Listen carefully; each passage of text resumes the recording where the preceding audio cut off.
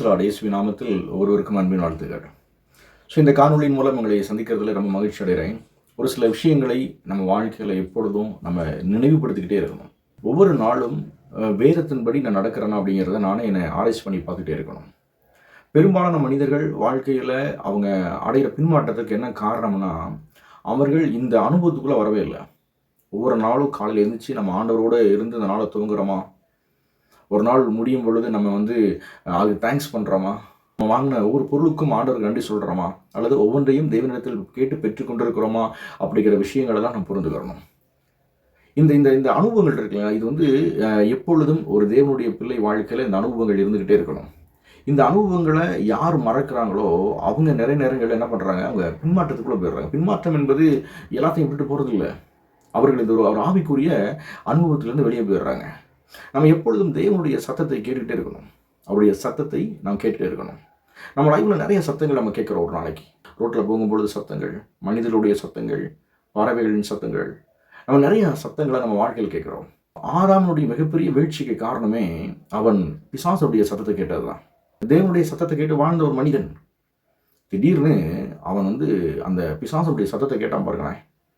அந்த சத்தத்தை கேட்ட அந்த நிமிடம் அவன் என்ன பண்ணுறான், வீழ்ச்சிக்கு அவனே என்ன பண்ணுறான், ஆரம்பத்தை உருவாக்குறான். இப்படி நம்ம நிறைய நேரங்களில் நம்ம அந்த ஆண்டவர் அந்த ஆவிக்குரிய அனுபவத்திலேருந்து வெளியே போவதுக்கு சில சத்தங்கள் நம்ம லைஃப்பில் கேட்டுடுறோம்.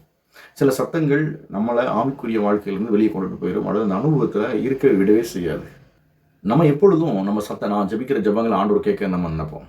நான் ஜெபிக்கிற ஜெபங்கள், விண்ணப்பங்கள், நான் அழும் பொழுது எல்லா சூழ்நிலைகளிலும் என்னுடைய விஷயங்கள் தேவனுக்கு தெரியும்னு சொல்லி நம்ம நினைப்போம்.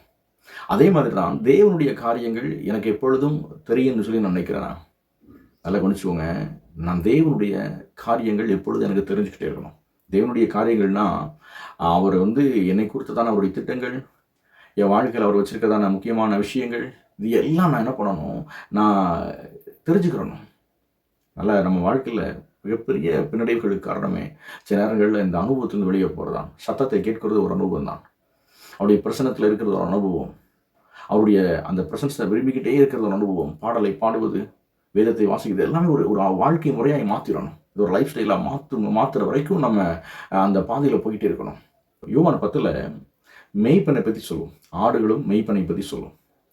மெய் வாசலை காக்கிறவன் ஆடுகளுடைய சத்தத்தை கேட்டு கதவு திறப்பானா.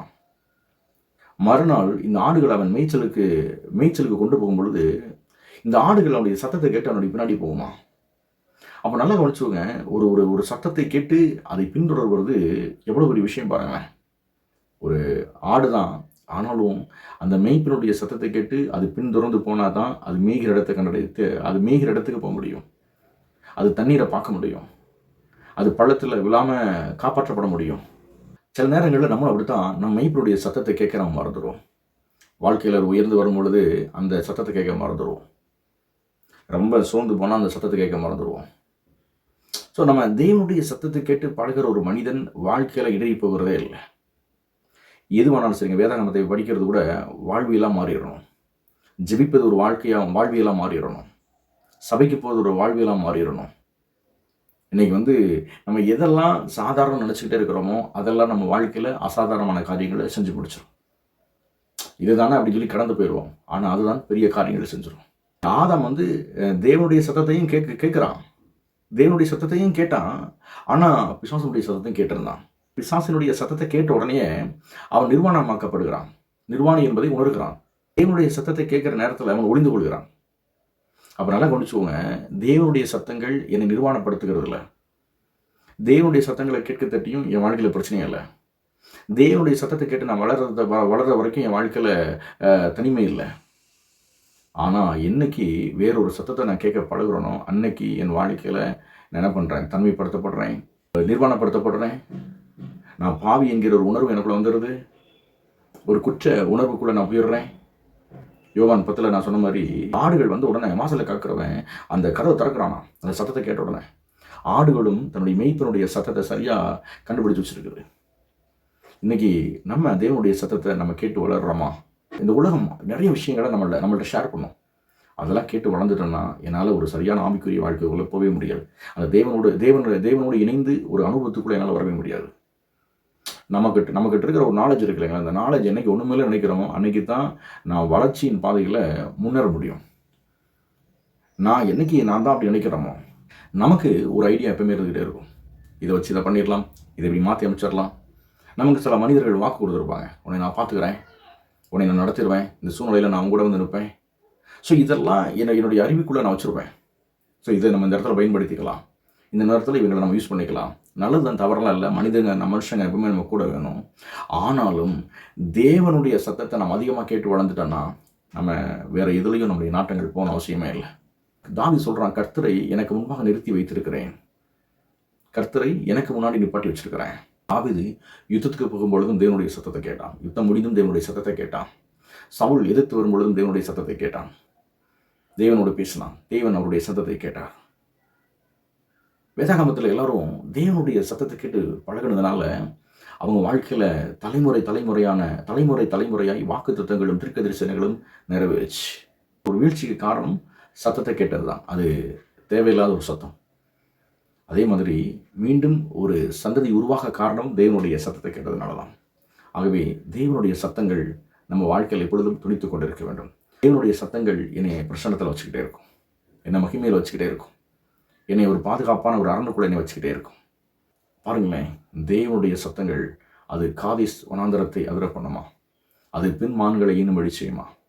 ஸோ தேவனுடைய சத்தங்களை நம்ம கேட்டு பழகிட்டோன்னா இந்த உலகத்தில் வேறொரு சத்தங்கள் என் காதுகளை துணிச்சு நான் கவலைப்பட வேண்டிய எந்த ஒரு அவசியமே இல்லை. ஒரு நியூஸ் நீங்கள் பார்க்குறீங்க, இந்த நியூஸை பார்த்த உடனே நீங்கள் எப்படி எடுத்துக்கிறீங்க? ஐயோ, நாளைக்கே இவ்வளோ பிரச்சனை ஆக போகுது, நாளைக்கே இது நடந்துடுது, அல்லது எனக்கு தெரிஞ்ச ஒரு நபர் மறிச்சிட்டாங்க. இந்த சத்தங்கள் நீங்கள் கேட்ட உடனே நீங்கள் என்ன பண்ணுவீங்க? ஸோ நம்ம ஆவிக்குரிய வாழ்க்கையில் எவ்வளோ வளர்ந்துருக்குறோம் அப்படிங்கிறதையே சில சத்தங்கள் நீங்கள் கேட்க பொழுது அதை நீங்கள் எப்படி ரியாக்ட் பண்ணுறீங்க, அங்கே உங்களுடைய மனநிலை எப்படி இருக்குது, அந்த சூழ்நிலையை நீங்கள் எப்படி கையாளுறீங்க அப்படிங்கிறத பொறுத்து தான் நீங்கள் எவ்வளோ வளர்ந்துருக்கீங்க அப்படிங்கிறத தீர்மானிக்க முடியும். எந்த சூழ்நிலையும் விசுவாசி பதறான், விசுவாசி பதற மாட்டானா. நீங்கள் என்ன சத்தத்தை கேட்டாலும் சரி, நீங்கள் பதறக்கூடாது. ஏன்னா நான் தேவனுடைய சத்தத்தை அதிகமாக கேட்டு பழகினதுனால வேறொரு சத்தம் என் வாழ்க்கையில் என்னை தீர்மானம் பண்ண முடியாது. நான் ஆட்டுக்குட்டி, அவர் மெய்ப்பெண், மெய்ப்பெண்ணுக்கு பின்னாக செல்லும் ஆடு நான்.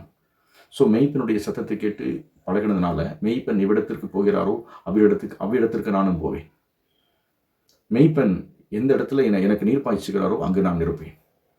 எந்த புல்வெளியில் என்னை கொண்டு விடுறாரோ நாங்கள் இருப்பேன். நான் மரண இருளின் பள்ளத்தாக்கில் நடந்தாலும் புலாப்புக்கு பயப்படேன். ஏன்னா நான் மெய்ப்பெண்ணுடைய சத்தத்தை கேட்டதை பின்தொடர்றேன்.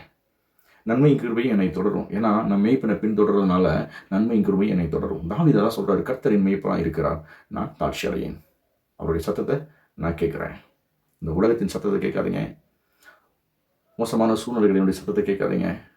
ஐயோ, இந்த துர்ச்செய்தி உங்கள் காதுகளுக்கு வர வேண்டும் என்று நீங்கள் தீர்மானம் பண்ணாதீங்க.